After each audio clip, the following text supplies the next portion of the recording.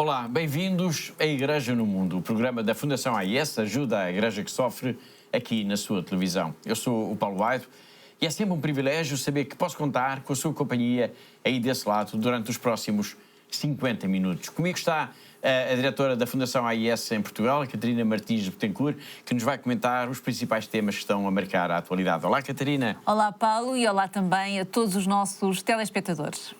The needs are so enormous that we need really to appeal to the international bodies that let them come to help these people who are really displaced. They don't have food, they don't have water, they don't have tents, and the basic things. They left everything behind.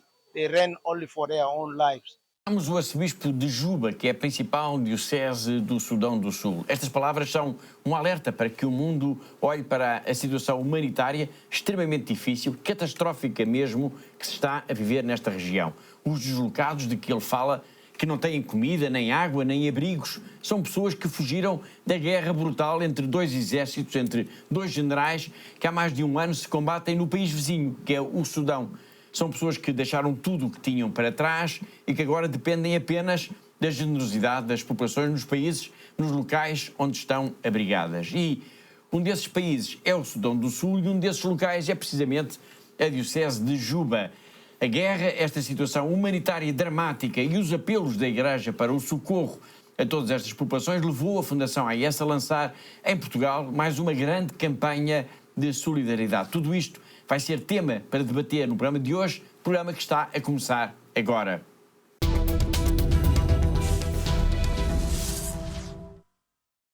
Mas vamos começar por outro país, vamos até ao Paquistão e vamos retomar a notícia que demos aqui há 2 semanas relacionada com mais um caso de um cristão vítima da lei da blasfémia.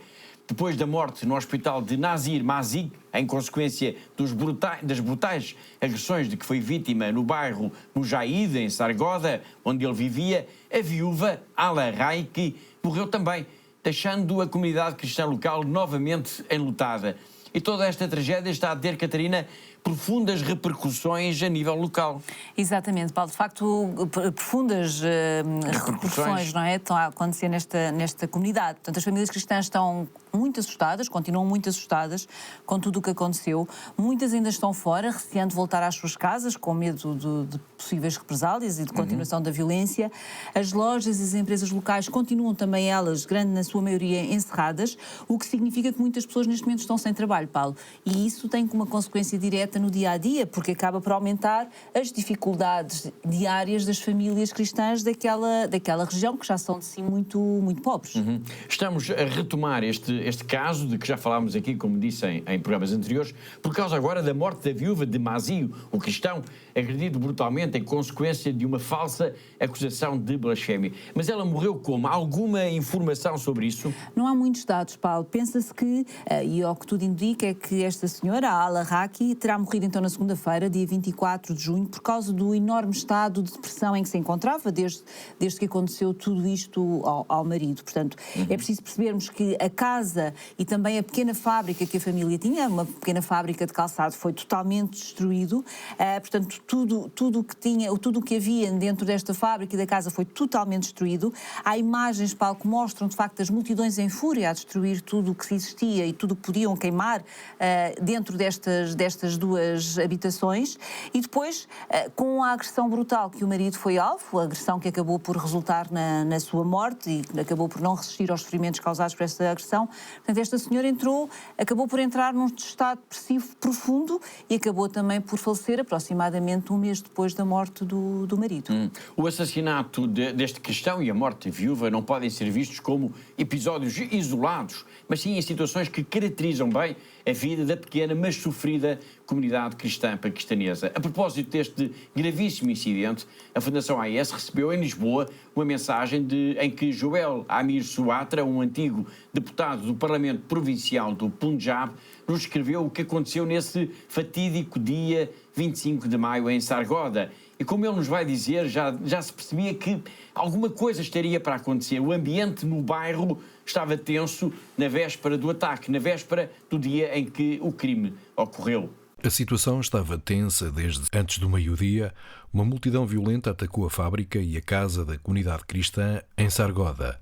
Este incidente resultou no espancamento brutal de Gil Mazi no dia 25 de maio e em danos materiais significativos. A multidão, incitada por estas acusações, tentou queimar as casas e prejudicar a comunidade cristã. As autoridades responderam com o envio de forças adicionais policiais e do exército para restabelecer a ordem. O acusado é um homem cristão que tem um pequeno negócio de fabrico de calçado. Para impedir o negócio, os seus rivais acusaram-no de ter queimado o Corão. A situação continua a ser de pânico em todo o país. É muito mais fácil acusar alguém e depois matá-lo. Isto continua a acontecer e os incidentes aumentam de dia para dia. Sinceramente, não há segurança para as minorias religiosas, nem sequer há esperança de proteção no futuro. Infelizmente, não é a primeira vez que isto acontece no Paquistão. Condenamos veementemente este ato de violência. Apoiamos todas as vítimas da intolerância religiosa e continuaremos a trabalhar para garantir a justiça e a harmonia na nossa sociedade. Após o incidente de Sargodha, outra cristã de Lahore, Jamila Jacob, foi acusada de blasfémia. Sentimos-nos realmente indefesos e estranhos no nosso próprio país, a terra pela qual os nossos antepassados deram a vida e se sacrificaram. A Constituição deu-nos liberdade de práticas religiosas e justiça para todos, mas tudo isso está apenas no papel. Praticamente após 7 décadas, ainda estamos a lutar para provar que somos pioneiros deste país. Agora temos apenas uma esperança na nossa fé, de que só Deus pode fazer algo por nós.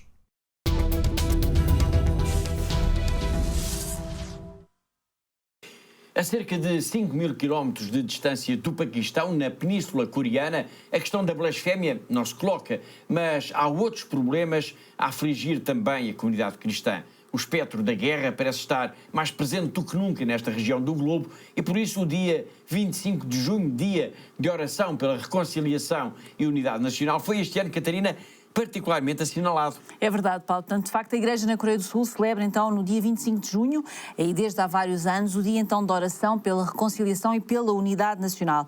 Mas agora está a viver-se, como o Paulo acabou de dizer, um momento muito delicado nas relações intercoreanas e por isso, de certa forma, como o Paulo também acabou de dizer, o espectro da guerra está de facto presente no pensamento de todos os coreanos. Fala-se da guerra porque todos os canais de diálogo entre os dois países, ou seja, entre as duas capitais, Seul e Pyongyang, estão fechados. Exatamente, Paulo. Portanto, as relações entre os dois países vizinhos estão neste momento num dos pontos mais baixos que há memória, tendo-se registado muito recentemente alguns incidentes mesmo na fronteira, portanto, com soldados da Coreia do Norte que atravessaram a chamada zona desmilitarizada. Sim. E que separa ambos os países, e isso depois da visita, antes e depois da visita de Vladimir Putin, que esteve então em Pyongyang, numa visita de Estado, com o objetivo de celebrar um pacto de parceria militar entre estes dois países, a Rússia e a Coreia do Norte.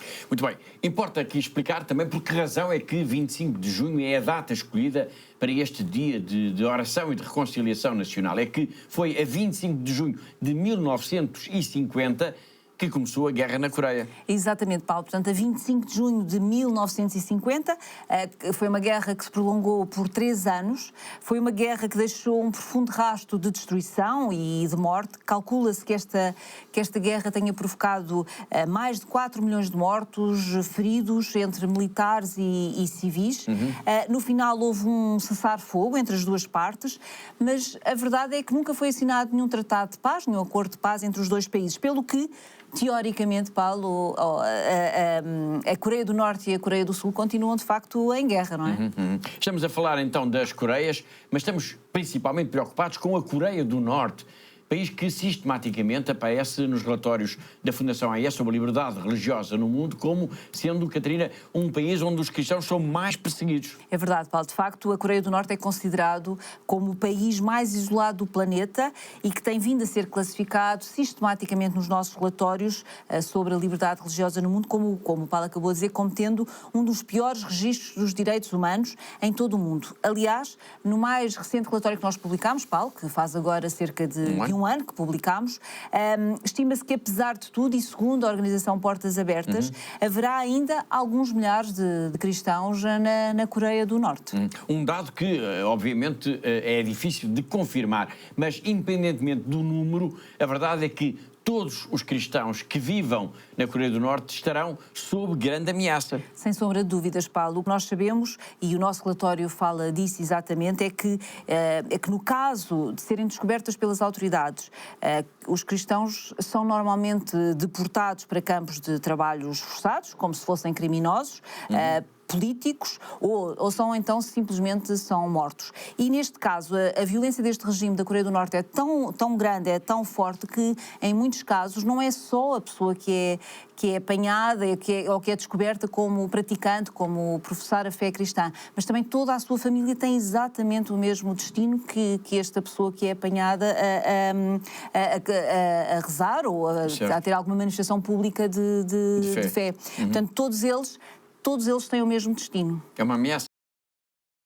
Além de tudo aquilo que estamos a falar e que é publicado então nos relatórios, nós podemos dizer que a Fundação AIS acompanha também com particular atenção o que diz respeito à Coreia do Norte e também à vida da comunidade cristã. Sim, claro que sim, Paulo. Aliás, o relevo que damos ao nosso relatório sobre a situação do que se passa na Coreia do Norte é sinal disso mesmo. Portanto, é importante nós sinalizarmos com frequência, portanto, 2 em 2 anos, sempre que publicamos o relatório, sinalizar de facto o que se passa ao nível da violação dos direitos humanos e, muito concretamente, relativamente à violação da liberdade religiosa de cada um. Portanto, é preciso nós denunciarmos, é preciso sinalizar tudo o que está a acontecer neste país, para que este brutal regime da Coreia do Norte perceba também que nada acontece de uma forma impune e que o mundo, efetivamente, segue com atenção tudo o que se passa em termos de perseguição aos cristãos neste país, na Coreia do Norte.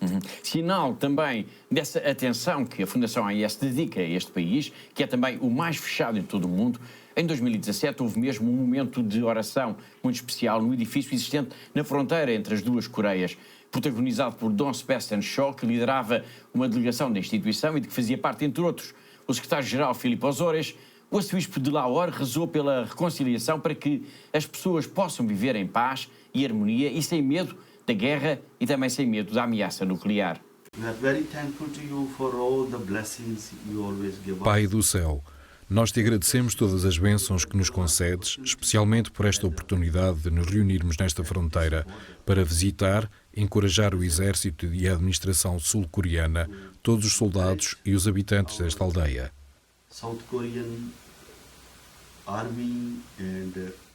Senhor, nós te pedimos que os abençoes a todos. Senhor, envia os teus anjos para que eles sempre os protejam.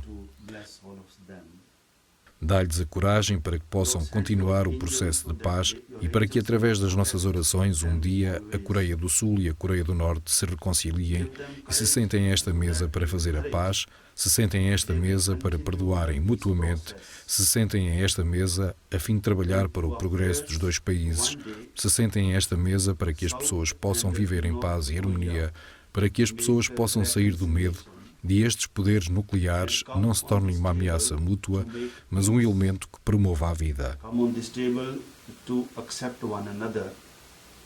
Come on this table to forgive one another.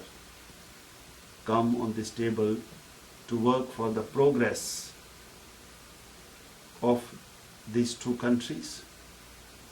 Come on this table so that people may live in peace and harmony. So that people may come out of the fear, and these nuclear powers may not become threat for one another, but this nuclear power become life-promoting element. Senhor, abençoa-nos também a todos nós, para que juntos possamos continuar a missão de paz que nos deste. Pedimos isto por Cristo, nosso Senhor. Amém. O Senhor esteja convosco. Ele está no meio de nós. Que o Senhor vos abençoe a todos e também a esta terra, por Cristo nosso Senhor. Em nome do Pai, do Filho e do Espírito Santo. Amém.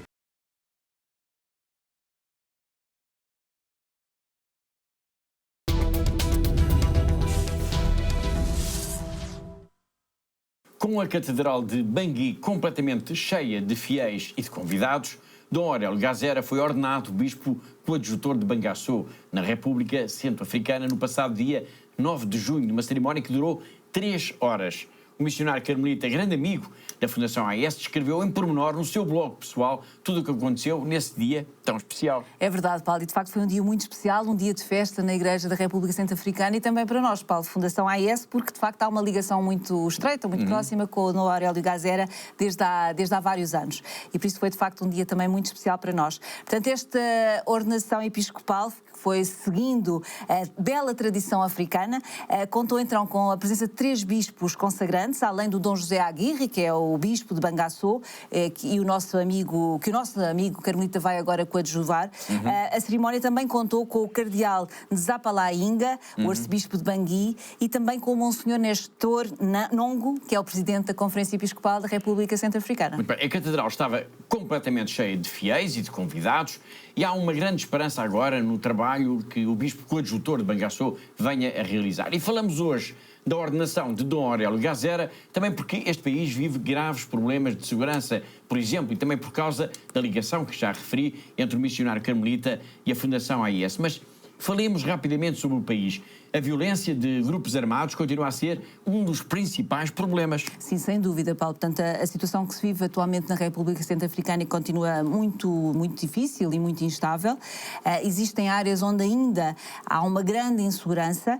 Em dezembro do ano passado, e só para dar um exemplo a quem nos está a ver lá em casa, portanto, a vila na diocese de Boar foi atacada e 28 pessoas foram mortas, 900 casas foram incendiadas. Sinal também desta insegurança, Paulo, algumas missões da diocese de Bangassou, onde o Dom Aurélio Gazera é agora o bispo coadjutor, estão também fechadas devido a ataques nos últimos meses. Falamos então da República Centro-Africana e de Dom Aurélio Gazera. Há cerca de 2 anos, o então padre Gazera enviou uma mensagem para Lisboa a propósito dos 50 anos da presença carmelita neste país, uma ocasião em que ele falou um pouco do trabalho de todos os dias destes missionários enamorados por Deus e que parecem infatigáveis no serviço à humanidade. Vamos agora rever essa mensagem. Bonjour les amis, je suis le Père Aurélio, missionnaire en Centrafrique depuis une trentaine d'années et nommé dernièrement évêque et coadjuteur de Bangassou au sud-ouest. La situation du pays, la Centrafrique, est toujours très fragile, avec des zones où les rebelles continuent à sévir et à faire la loi et les désordres, surtout les désordres, et avec une fragilité aussi économique et politique très forte. Le système éducatif est toujours très fragile, mais il y a aussi, à côté de ces difficultés, un pays qui est béni avec une église qui essaie de porter l'espérance à tout le monde, la charité et la foi. Une église qui est bénie aussi avec beaucoup de vocations, beaucoup de séminaristes, avec des célébrations très participées. Et donc, la difficulté ne freine pas l'enthousiasme des gens pour se mettre à l'écoute et à l'école de Jésus. Mais il y a beaucoup encore de travail encore à faire. Et dans l'Église en détresse soutiennent et accompagnent l'Église en Centrafrique depuis plusieurs années. Les besoins sont énormes et la présence de cette œuvre pontificale est précieuse parce que ça nous encourage à continuer à travailler toujours sur du support d'abord dans la prière, mais aussi dans les œuvres, pour ce que tout un chacun essaie de faire avec les séminaires, les catéchistes, les écoles, et tout ce que la fantaisie de la charité de l'Église en Centrafrique promeut dans ce pays. Je demande à tout un chacun vraiment de beaucoup prier pour la Centrafrique, pour l'Église, pour les jeunes qui sont très nombreux, plus de la moitié de la population en moins de 18 ans, de prier et de continuer à nous soutenir. Et je prie pour chacun de vous, pour tous ceux qui écoutent, pour tous les bienfaiteurs de notre grande œuvre qui est l'aide à l'Église en détresse. Merci, que Dieu vous bénisse.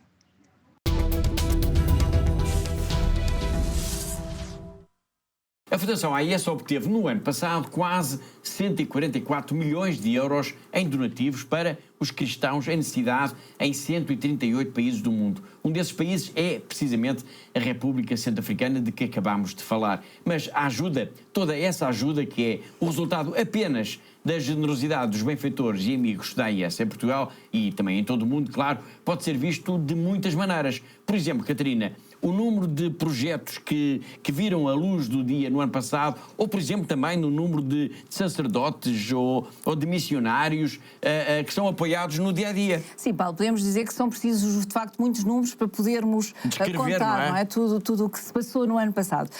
Por exemplo, portanto, a AIS apoiou, então, durante o ano de 2023, 5.573 projetos, ajudou na formação de 10.991 seminaristas, auxiliou quase 50 mil sacerdotes, entregou no total 521 carros, Paulo, para as missões, 340 motorizadas, 175 bicicletas e até 5 barcos. Portanto, e poderíamos estar aqui a contar durante vários minutos, portanto, dar vários números de efetivamente como se efetivou, como é que foi efetivamente como é que se transformou todo o apoio que os nossos benfeitores deram ao longo do ano 2023, que é de facto, são números extraordinários e que mostram de facto esta extraordinária generosidade que os nossos benfeitores têm, não só aqui em Portugal, mas em todo o mundo, para com esta igreja perseguida no mundo, Paulo. Claro. Nós falámos há pouco da República Centro-Africana e importa dizer que o continente africano foi, a nível regional, a zona do globo que mais apoio recebeu da Fundação AIS. Sim, a nível regional, a África, de facto, é o continente que recebeu, que beneficiou mais do nosso apoio durante o ano de 2023. Os 3 primeiros países em África, no continente africano, que foram apoiados foi a República Democrática do Congo, a Nigéria e o Burkina Faso. Mas houve muitos outros países, como por exemplo a República Centro-Africana, que falámos agora mesmo aqui, ou então Moçambique, que também temos falado tantas vezes aqui no nosso programa de televisão, Paulo, e que são de facto 2 países que também receberam durante o ano passado o nosso apoio para o apoio à comunidade cristã, claro. Uma ajuda global, estamos a falar de África, que é também um sinal da importância crescente que este continente tem, cada vez mais, aliás, na vida da Igreja Católica. Sem dúvida, Paulo, e para quem está a ver lá em casa perceber o porquê deste nosso apoio mais substancial à África, ao continente africano, porque a África acolhe aproximadamente, neste momento, 1 em cada 5 católicos em todo o mundo, tem 1 em cada 8 sacerdotes em todo o mundo, 1 em cada 7 religiosas e quase 1/3 de todos os seminaristas que existem no mundo. Portanto, para além disso, e a justificar também este nosso apoio mais concreto ao continente africano, Paulo, ao facto da propagação quer do terrorismo, não é? Sim. Quer também do extremismo islâmico que está a acontecer em vários países, nomeadamente na região do Sahel, mas também na região norte de Moçambique, por exemplo, e que são de facto a causa do grande sofrimento das comunidades cristãs neste continente. E nós, por isso, queremos, claro, estar junto desta comunidade cristã neste continente africano, estar junto daqueles que mais sofrem perseguições por causa da sua fé. O Ruanda é um desses países de África onde há ainda um longo caminho a percorrer para que a paz e a harmonia sejam uma realidade. Basta pensar no genocídio do Ruanda em 1994, onde, num período de apenas 100 dias, entre abril e julho, foram assassinadas aproximadamente 1 milhão de pessoas, na sua maioria pertencentes a uma etnia, os Tutsis. A Catarina há pouco lembrou que a Fundação AIS tem ajudado todos os anos na formação de milhares e milhares de seminaristas e de sacerdotes. Um deles é Baltazar, o nome é muito difícil de ler, Ntuvuguruzuva, algo deste género. Ele foi seminarista, foi ordenado padre e agora é bispo. Está à frente da diocese de Cabo Gai. Ele é um exemplo do que é esta ajuda da AIS na formação do clero e nunca o esqueceu. Tout petit, j'ai senti le besoin de devenir prêtre au séminaire de philosophie. Et là où j'ai fait ma philosophie, le séminaire était encore en construction. Le séminaire a reçu de l'aide pour les constructions. Il a bénéficié aussi de l'aide pour se mettre sur pied et démarrer. Je suis la première promotion de ce séminaire. Merci aux bienfaiteurs de l'Église en détresse, de cette solidarité sans frontières. C'est l'Église en chair et en os, l'Église qui vit, l'Église qui fait vivre.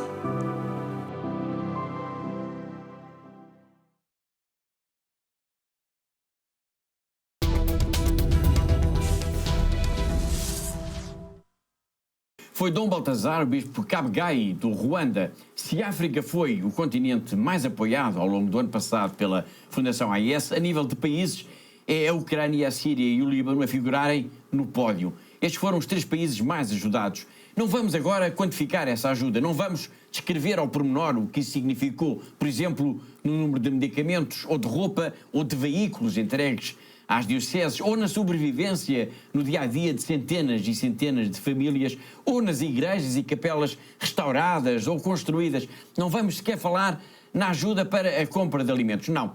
Vamos apenas lembrar que tudo o que foi entregue em cada um destes países fez realmente a diferença. Não foi apenas uma ajuda, foi uma ajuda que fez toda a diferença. Como, por exemplo, na vida da família de Bashir Bakos, que vamos agora encontrar em Homs, na Síria. Vamos ao encontro dele, da sua mulher e dos seus 2 filhos.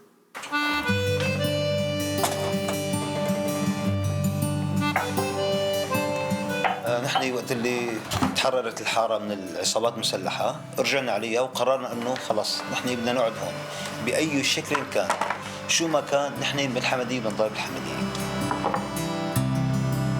اكيد مساعدة منيحة لانه مثل ما قلت لك اكثر من شيء كنا متوقعينه. يعني احنا رحنا قدمنا انا حكيت على الابواب لانه في برد كثير. كريسماس او عيد الميلاد عنا بالعيلة كتير شيء حلو، له رموز وله معاني، بس هالعيد رح يكون غير شكل. هالعيد مميز لأنه البيت صار جديد حلو. هلا هو البيت كان حلو ونحكي ما في حد ما بحب بيته، بس هالسنة أحلى بجهود ICN وكريسماس حلو وميري كريسماس. Thank you.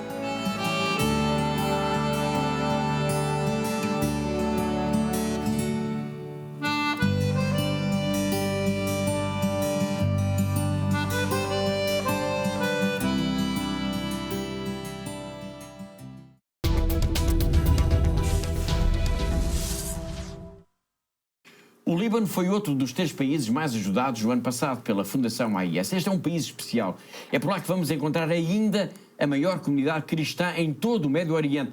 Mas é uma comunidade que está atormentada. Sem dúvida, Paulo. Portanto, a vida no Líbano é cada vez mais difícil, os preços continuam a aumentar sem parar, falta quase tudo. Todos os dias, por exemplo, a começar pela eletricidade, que é uma coisa banal para nós, mas que lá falta. O sistema bancário está em ruptura e, neste momento, há ainda o risco de haver uma nova guerra entre Israel e a milícia do Hezbollah. Claro que, no meio de tudo isto que a Catarina acabou de referir, são cada vez mais as pessoas que desejam, obviamente, sair do Líbano, desejam abandonar o país. Mas, mesmo assim, há quem queira ficar, há quem resista ao medo. É o caso de Eli Abu Younes. Ele é um jovem seminarista. Ele é um dos quase 11.000 seminaristas que a Fundação AIS apoiou durante o ano passado. 1 em cada 10 seminaristas em todo o mundo é apoiado pela Fundação AIS. Ali é um deles.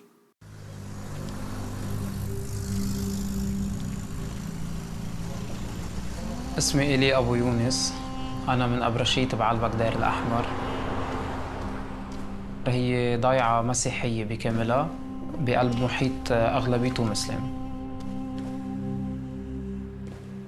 من أنا وصغير كنت كتير حس إنه هذه هي الحياة اللي بدي إياها، حياة قريبة من يسوع، أكون عم بعرفه أكتر. لما خلصت الثانوية كنت ببيروت، كنت فتت على الجامعة وعملت اختصاص اسمه أوبتومتري. بس مع إنه كان الشغل كتير ناجح، ضليت تقريباً ل2 أو 3 سنين أنا هربان من ربنا. بطلت فوت على الكنيسة، بطلت صلي.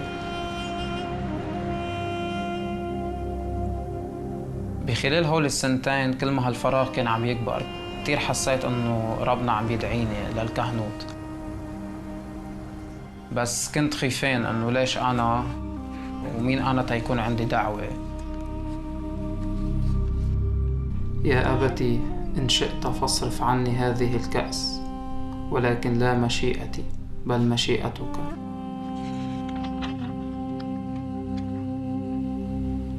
وحكيت مع أبونا وهو وجهني قال لي دعوة نضجت يلا حضر حالك تروح على الإكليريكية.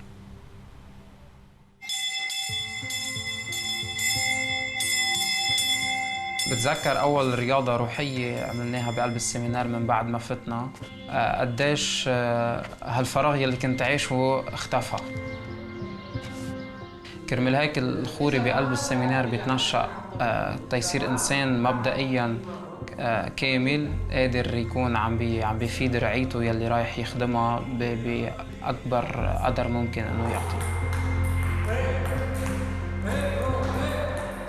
عن جد إنه كتير بحاجة العالم يشوفوا كاهن إنسان على صورة يسوع. العالم بحاجة إنه الخوري يكون واقف حدهم، يكون عم بيساعدهم يثبتوا بهذه الأرض. شكراً ACN على دعمكم للإكليريكية بلبنان بهالأوضاع الصعبة. الله يبارككم ويقويكم ويمليكم من فرحه.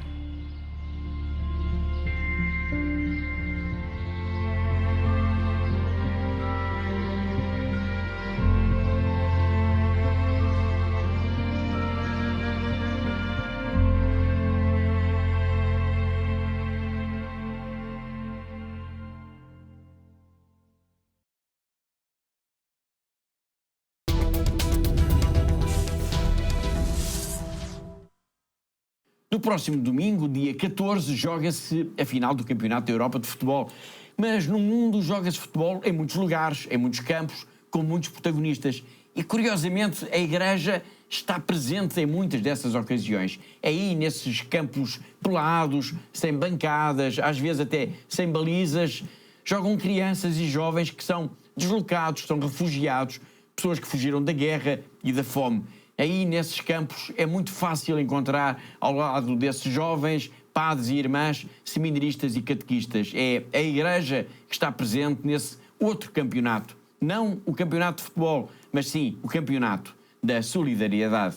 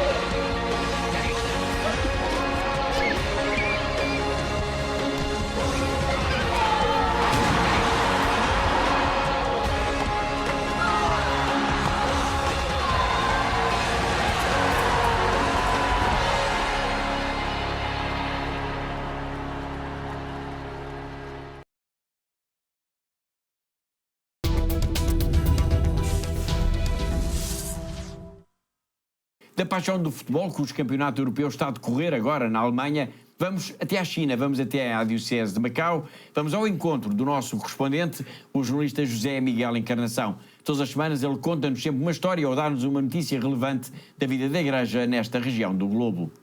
A Universidade de São José, ou seja, a Universidade Católica em Macau, esteve representada no 5º Fórum Nacional em Filosofia Medieval. Este fórum foi organizado por uma universidade da China, mais concretamente da cidade de Wuhan, que recebeu, para além de representantes da Universidade de São José, também representantes de universidades de outros pontos da China e de Hong Kong e Taiwan.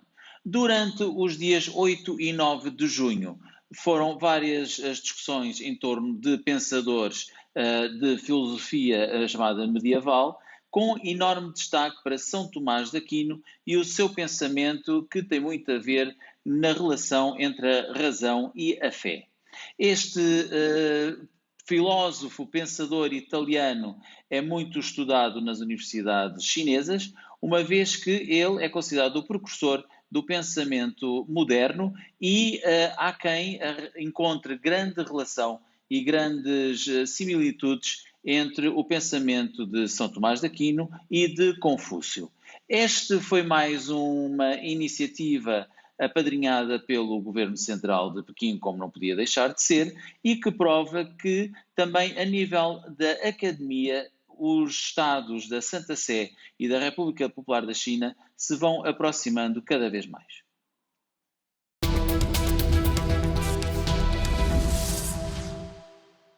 Foi o José Miguel Encarnação, o nosso correspondente em Macau, e assim chegamos ao fim da primeira parte do nosso programa. Na segunda parte, nós vamos até ao Sudão do Sul. Vamos ao encontro do arcebispo de Juba, que escutámos logo no arranque do programa. A guerra no vizinho Sudão, a fuga de milhões de pessoas e a enorme crise humanitária que se vive nesta região vão estar em foco, assim como a campanha que a Fundação AIS lançou aqui em Portugal, uma campanha de sensibilização sobre tudo isto e também de ajuda à igreja local, que procura dar resposta às necessidades mais urgentes de todos os que estão a fugir dos conflitos armados. E vamos também até à Colômbia para conhecer a mensagem muito simpática que um bispo nos enviou. Muita coisa ainda para ver, mas só depois de um breve intervalo. Até já!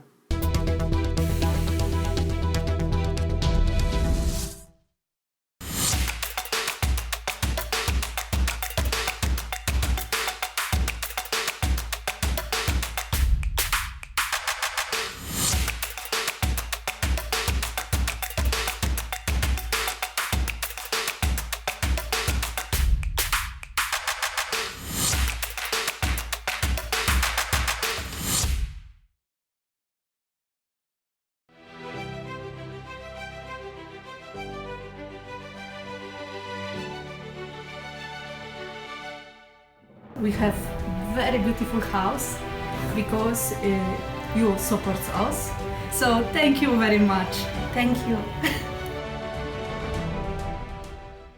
ACN apoya a sacerdotes en todo el mundo con intenciones de misas que nos ayudan tanto espiritualmente como materialmente, para nuestro propio bien y el bien de nuestras comunidades.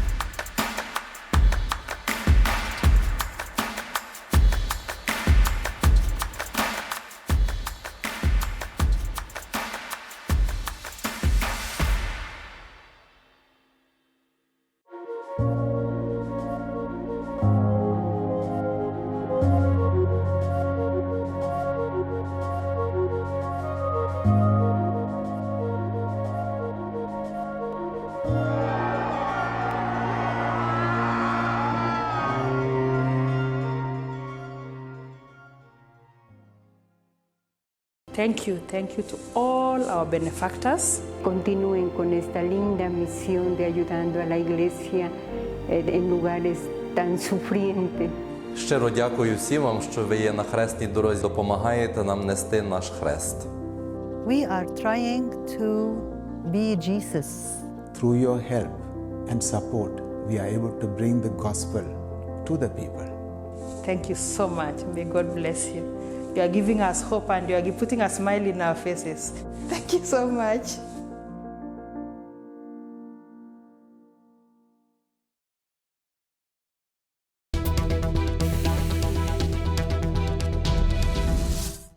Em pleno século XXI existem pessoas comuns, pessoas como nós, mas que arriscam a vida pela sua fé. São autênticos heróis.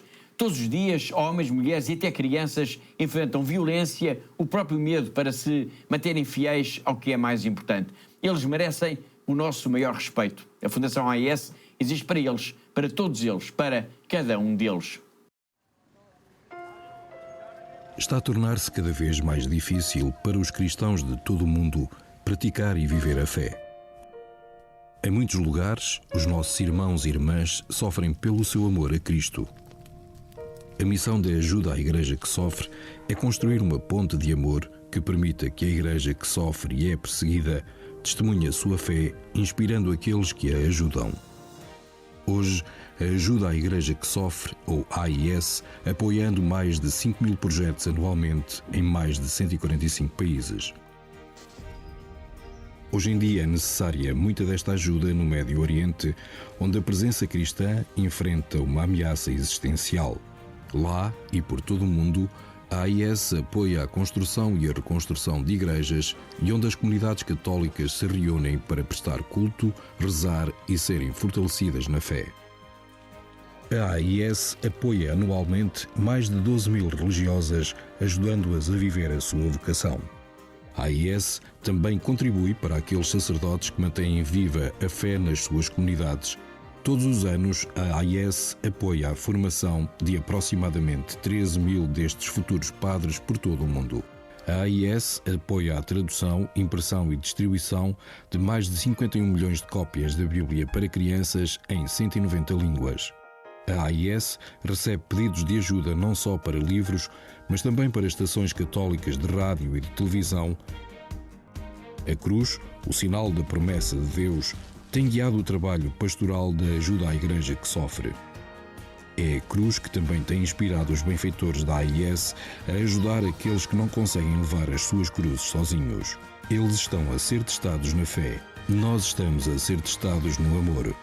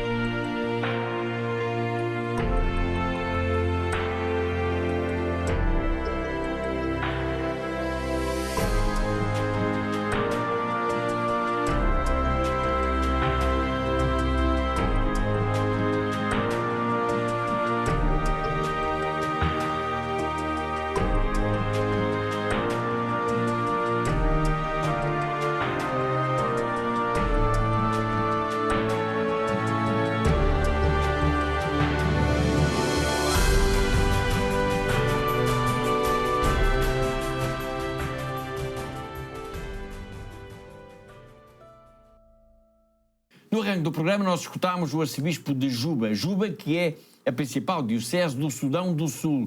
As palavras deste prelado, que vamos recuperar daqui a pouco, são um alerta para que o mundo olhe com atenção para a situação humanitária extremamente difícil, catastrófica mesmo, que se está a viver nesta região.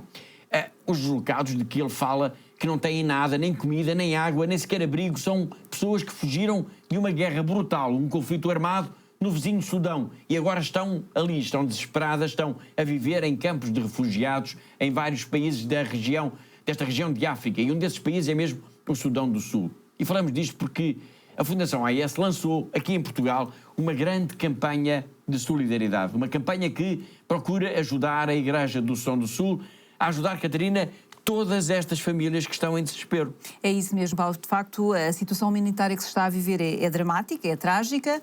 Toda esta situação que se vive nesta região em África, e face a estes aos apelos que nos têm chegado desta região, nomeadamente padres, irmãs, bispos, nomeadamente o arcebispo de Juba, como o Paulo acabou de dizer, decidimos que então era preciso fazer alguma coisa, que não poderíamos ficar de forma alguma indiferentes a todo este apelo que nos chegava deste país, e por isso decidimos então avançar com este apoio às pessoas que estão nestes campos de refugiados e deslocados, que são pessoas que, como o arcebispo nos diz, de facto não têm água, não têm comida, não têm sequer tendas para se poderem abrigar do sol, Paulo. Já vamos falar dessa iniciativa, dessa campanha, mas antes disso é preciso perceber um pouco o que é que está a acontecer então no vizinho Sudão. Esta é, Catarina, uma guerra entre generais. Sim, entre senhores da guerra, Paulo, entre dois generais, de facto, que comandam dois exércitos e que lutam entre si, disputando o poder, não é, deste país e as próprias riquezas também do Sudão, claro.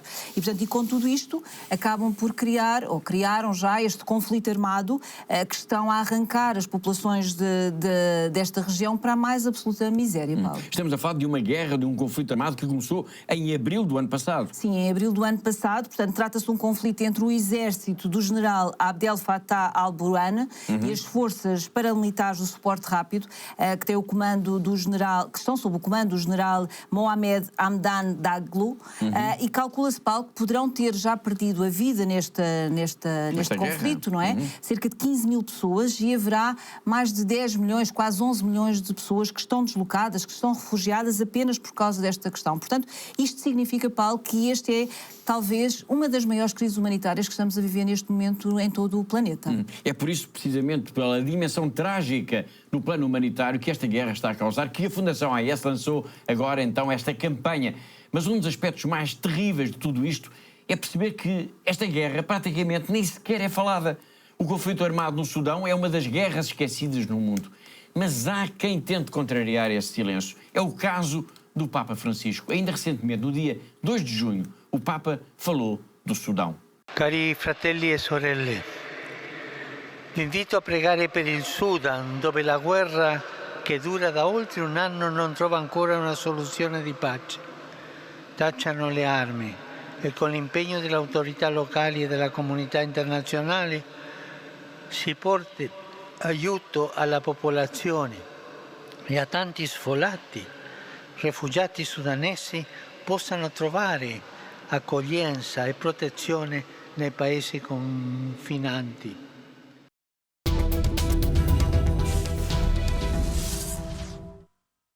Foi o Papa Francisco a lembrar ao mundo a guerra no Sudão e o interminável sofrimento que está a causar. Sofrimento que, Catarina, já é também sinónimo de fome. Sim, Paulo, de fome. Portanto, segundo a ONU, Paulo, vive-se nesta região de África um autêntico cenário de pesadelo. São as palavras com que a ONU descreve esta situação que se vive neste país.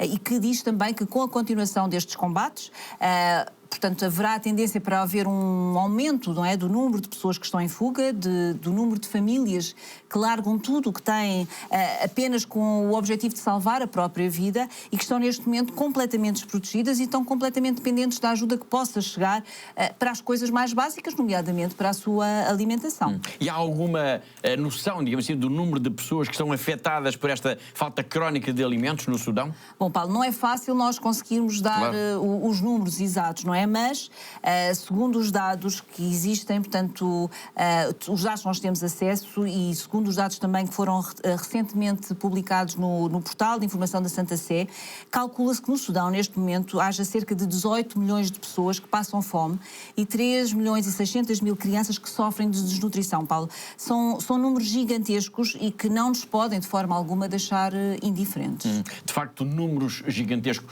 18 milhões de pessoas, que a Catarina acabou de referir, é quase o dobro de toda a população de Portugal. Toda a população de Portugal como se estivesse a passar fome. É por causa desta situação que falamos então do Sudão do Sul. É que este é um dos países que mais tem acolhido refugiados desta guerra do Sudão. Mas o próprio Sudão do Sul é também um país muito pobre e que precisa de ajuda. Sim, Paulo, sem dúvida. Portanto, o Sudão do Sul, para onde têm fugido então milhares de famílias, milhares de pessoas, é de facto um país pobre que precisa de ajuda e agora precisa também de ajuda para poder ajudar todas estas milhares de pessoas que vão chegando e que precisam de ser acolhidos com o mínimo, não é? Para que possam sobreviver. Portanto, não podemos deixar, de facto, todas estas pessoas chegarem ao Sudão e não ficarem e não terem qualquer suporte. E por isso é aqui que as pessoas vão ter e é na Igreja, Paulo, que muitas destas pessoas que vão, de facto, procurar a muitos destes campos de refugiados, campos de acolhimento que existem neste país e que estão a ser todos preparados, ou muitos deles estão a ser preparados exatamente com a ajuda da Igreja do Sudão do Sul. Muito bem. E perante esta situação e face aos apelos que nos chegam da Igreja do Sudão do Sul, a Fundação AES decidiu então lançar uma campanha de sensibilização para os seus benfeitores e amigos em Portugal para a necessidade de ajuda de emergência para todas estas vítimas da guerra. Sim, Paulo, era imperioso que o fizéssemos. Não podemos, como eu dizia há pouco, ficar indiferentes a todas estas dificuldades, estes números, esta tragédia que se está a abater sobre o Sudão do Sul. Portanto, estamos a falar de ajudar pessoas que ficaram sem nada, como disse há pouco, pessoas que deixaram tudo para trás, o pouco que tinham. Portanto, são pessoas que precisam de ajuda para tudo, precisam de refúgio e também de esperança no Sudão do Sul. E por isso nós lançámos, de facto, esta campanha de apoio para estas pessoas com este objetivo de ajudar uma maior número de pessoas que chegam então ao Sudão do Sul e que precisam da nossa ajuda para poderem sobreviver, claro. Uma campanha então de ajuda de emergência para o Sudão do Sul. Catarina, pode dar aos nossos telespectadores um exemplo concreto desta ajuda neste contexto de crise humanitária que estamos a falar? Sim, Paulo. Portanto, vou dar um exemplo concreto. Por exemplo, um dos projetos que nós estamos a apoiar no Sudão do Sul, que fica em Wakadona, no distrito de Malakal, portanto, no estado do Alto Nilo. Portanto, é um projeto, portanto, é um centro de acolhimento de refugiados que alberga neste momento mais ou menos cerca de 500 famílias. Portanto, será mais ou menos cerca de 3.000 pessoas. Na sua maioria, Paulo, são mulheres e crianças que fugiram da guerra, e a preocupação principal neste momento da Igreja é de facto fornecer comida a todos estes refugiados. E é aqui, Paulo, que entramos nós, não é? Que entra a Fundação AIS, o nosso apoio direto a esta Igreja do Sudão do Sul. Com 25 euros é possível ajudar a alimentar cada uma destas 500 famílias durante o mês inteiro, Paulo. Portanto, 25 euros dão para alimentar uma família destes refugiados da guerra durante um mês inteiro. Exatamente, Paulo, é isso mesmo, e é preciso notar que estamos de facto a falar de pessoas que não têm absolutamente nada. Portanto, são pessoas que já eram pobres, como eu disse há pouco, fugiram, na maioria a maior parte delas fugiram sem nada, portanto traziam apenas a roupa vestida no corpo, e portanto são pessoas que precisam de todo o nosso apoio, de toda a nossa ajuda, e por isso eu lanço aqui de facto este forte apelo a quem nos está a ver lá em casa, que nos possa ajudar e que possa ajudar de facto esta Igreja do Sudão do Sul a acolher estas famílias de refugiados nestes campos de acolhimento, e que os possam acolher da melhor forma, da forma mais digna possível, também de acordo com as necessidades locais, não é? Muito bem. Falámos então de Dom Stefan Ameio, o arcebispo de Juba, no Sudão do Sul. Ele é uma das vozes da Igreja que tem vindo a alertar o mundo para a situação catastrófica que se vive na região em resultado da guerra no Sudão. E em declarações à Fundação AIS, isto declarações com o apoio da Agência Eclésia, Dom Stefan fala das consequências da guerra no Sudão, fala das igrejas que já foram bombardeadas e destruídas neste país, fala das populações em fuga e de como, de facto, o Sudão do Sul se tornou num dos locais de abrigo para milhares de refugiados, e pede ajuda. Unfortunately, the two countries are still emerging from war, and another one has a hot war ongoing. And many of our Christians brothers and many of the Muslims brothers also have been scattered, especially from Sudan. Our many churches have been bombed, and all the churches in Khartoum have been damaged. All the parishes, all the offices have been all destroyed. And so I would like people to understand that this opportunity for telling you the real thing that is happening in Sudan and South Sudan. Certainly, South Sudan has now become a safe haven for Sudanese who are running from the north to South Sudan. And so they have taken refuge. Even some of the South Sudanese who were remaining in the north have come back to South Sudan in order to take refuge. And so they are sharing life together with their brothers in South Sudan. We do not differentiate now whether this is from the north or from the south. So we let people enter. The government of South Sudan also cooperated from the very beginning. It says that all the people should be accepted to South Sudan, open the borders. And so now we have big, huge numbers of people entering in. Some are at the border, some have already entered Juba, where they are put in the camps. And the needs are so enormous that we need really to appeal to the international bodies that let them come to help these people who are really displaced. They don't have food, they don't have water, they don't have tents, and the basic things. They left everything behind. They ran only for their own lives. And so there is enormous needs in South Sudan now, presently.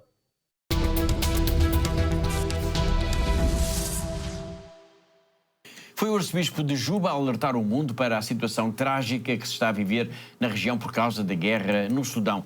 Mesmo a terminar o nosso tempo, vamos ainda ao encontro do bispo emérito de Sonsón, Rio Negro, uma diocese da Colômbia. Dom Adolfo Duque Arbalés vive na residência sacerdotal de Rio Negro e fez questão de gravar uma mensagem para agradecer à IES a ajuda que é dada à diocese e que permite não só a sua sobrevivência, como a de outros 23 sacerdotes idosos que, como ele, habitam agora nesta casa. São apenas 39 segundos, mas vale a pena escutar o que ele tem para nos dizer. Dom Adolfo diz que se sente feliz por poder passar os dias da sua velhice nesta casa que ele diz que é uma antecâmara para o céu. Nós há pouco falávamos da ajuda que a Fundação AES aos sacerdotes. Ora, aqui está um exemplo, um bom exemplo de como esta ajuda é total.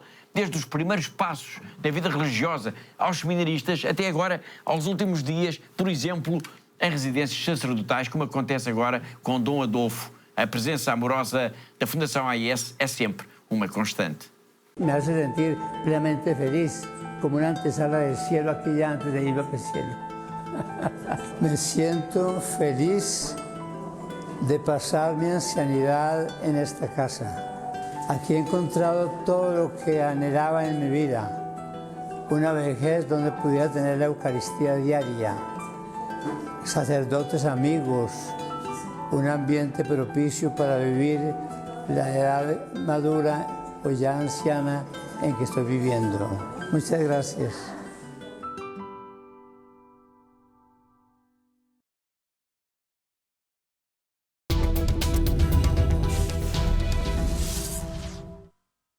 Depois deste obrigado, deste bispo emérito tão simpático que fomos encontrar na Colômbia, chegamos ao fim do nosso tempo. Eu lembro que todas as notícias, tudo o que diz respeito à missão, ao trabalho, ao dia-a-dia da Fundação AES está sempre disponível para leitura, para consulta na nossa página na internet. Não se esqueça, é bom sabermos que o bem que fazemos pode mudar vidas concretas. Resta-me agradecer a colaboração da Catarina, a diretora da Fundação AES em Portugal, assim como de todos os que ajudaram a produzir, a editar e a levar até si este programa. Despeço-me com amizade. Até para a semana, se Deus quiser.